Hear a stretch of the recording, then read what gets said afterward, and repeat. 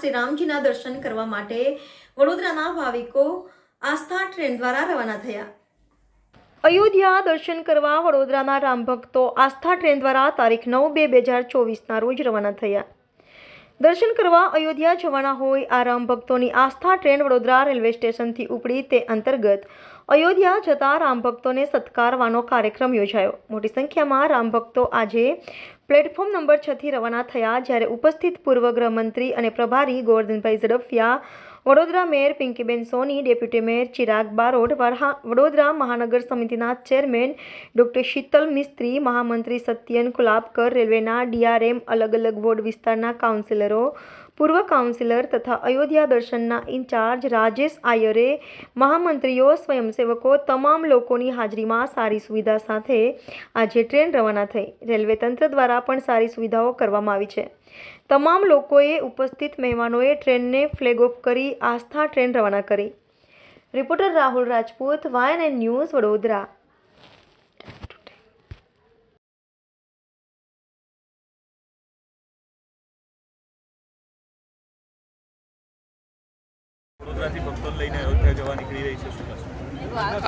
ખૂબ લાંબા સમયના ઇંતજાર પછી મર્યાદા પુરુષોત્તમ ભગવાન શ્રી રામ એમના જન્મસ્થાન ઉપર દિવ્ય અને ભવ્ય મંદિર નિર્માણ થયું છે અને વડોદરા સંસ્કારી નગરી એમાંથી આજે રામ ભક્તોની આસ્થા સ્પેશિયલ ટ્રેન અહીંથી અયોધ્યા જઈ રહી છે। દેશભરમાંથી 430 સ્થાનોથી દરરોજ રેલવે અયોધ્યા તરફ લોકો રામ ભક્તો જઈ રહ્યા છે અને આજે આનંદની વાત એ છે કે 496 વર્ષના તપશ્ચર્યા, સંઘર્ષ અને મર્યાદા પુરુષોત્તમ ભગવાન શ્રી રામનું જન્મસ્થાન ત્યાં પુનઃનિર્માણ થયું છે અને એ ભારતની આધ્યાત્મિક વિરાસત, સાંસ્કૃતિક વિરાસત, સ્વાભિમાન અને ભારતના ગૌરવને અનુરૂપ દેશના પ્રધાનમંત્રી આદરણીય મોદીજીના હસ્તે 22મી તારીખે એ પ્રાણ પ્રતિષ્ઠા થઈ છે અને એટલો બધો ઉત્સાહ છે આખા દેશભરમાં અને ગુજરાતમાં પણ દરેક લોકસભા ક્ષેત્રોમાંથી એક ટ્રેનો અત્યારે જઈ રહી છે। આ અઠવાડિયામાં જ બીજી 8-9 ટ્રેનો જુદા જુદા સ્ટેશનો પરથી જશે અને દર્શન કરશે અને ત્યાં આગળ સરસ વ્યવસ્થા છે ગુજરાતના લોકોને નિવાસ માટેની। ગુજરાતની સંસ્થાઓએ ત્યાં ભંડારા કર્યા છે અને રામ ભક્તોને વિના મૂલ્યે પ્રસાદ એ ભંડારામાં મળી રહ્યો છે। અમે રોજે રોજ વાતચીત કરીએ છીએ અયોધ્યાથી તો એ લોકોને આનંદ આવે છે કે અમારી આટલી બધી ભીડમાં પણ વ્યવસ્થા થઈ છે।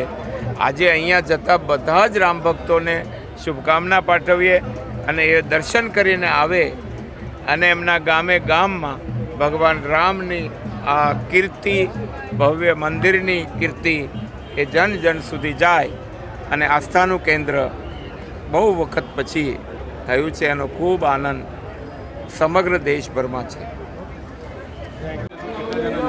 આસ્થા સ્પેશિયલ ટ્રેન છે જે અમારી વડોદરા શહેર લોકસભામાંથી મને ઇન્ચાર્જ તરીકેની પાર્ટી તરફથી જવાબદારી આપેલી છે અને તમે જોઈ રહ્યા છો કે સમગ્ર રામ ભક્તો આજે રામભાઈ બનીને આખું વડોદરા શહેરના સિનિયર સિટીઝન હશે, મિડલ છે અને સૌથી વધારે લોકોએ પોતે, કારણ કે આજની ટ્રેન ઉપર છે 11 તારીખને અયોધ્યાના દર્શન થશે મંદિરના, આખો દિવસ 11 તારીખે અયોધ્યાના સમગ્ર દર્શન થશે અને 12મી તારીખે બપોર પછી પાછા રવાના થઈને 14મી આવશે।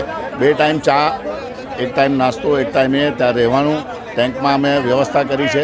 આ બધી વ્યવસ્થા સાથે આજના જે વડોદરા શહેરના અધ્યક્ષ શ્રી વિજયભાઈ અને પ્રદેશના અધ્યક્ષ શ્રી અમારા પાટીલ સાહેબનો અમે ખૂબ ખૂબ આભાર માનીએ છીએ કે આ શહેરવાસીઓને આ ખૂબ શુભે અને ખાસ કરીને રેલવેનો પણ અમે ખૂબ આભાર માનીએ છીએ।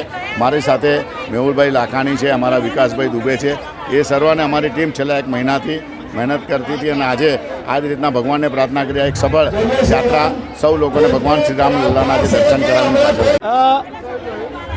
આસ્થા સ્પેશિયલ ટ્રેનનો પ્રસ્થાનનો કાર્યક્રમ 22મી તારીખે આજે દેશભરની અંદર એક અનેરો ઉત્સાહ હતો કે 500 વર્ષનો અથાગ પ્રયત્નો પછીથી રામ ભગવાન પોતાના મૂળ સ્થાન પર બિરાજમાન થયા છે, ત્યારે આખા દેશની અંદર એક અનોરા ઉત્સાહને જોતા રામ ભક્તોને રામ ભગવાનના દર્શન થાય એ હેતુથી વડોદરા શહેર અને જિલ્લામાંથી કુલ મળીને આજે 1200થી પણ વધારે રામ ભક્તો ટ્રેનમાં જઈ રહ્યા છે. એમના માટે નાસ્તાની જમવાની વ્યવસ્થા પણ કરવામાં આવી છે અને ત્યાં એમના માટે સ્પેશિયલ ટેન્ટ બનાવવામાં આવે છે. ત્યાં એમનું રાત્રિ રોકાણ થશે, ત્યાં રામ ભગવાનના દર્શન કરી અને તેઓ અનેરો આનંદ મેળવી અને વડોદરા પાછા આવશે. આજનો આ ઘડી આપ સૌ હિન્દુસ્તાનના દરેક રામ ભક્તો માટે ખુશીની લહેર છે. આ ટ્રેન આસ્થા આખા ગુજરાતમાં સમગ્ર જિલ્લા અને મહાનગરમાંથી નીકળી રહી છે. સમગ્ર ભારતની અંદર આ અનેરા ઉત્સાહને વધાવી લેવામાં આવ્યો છે.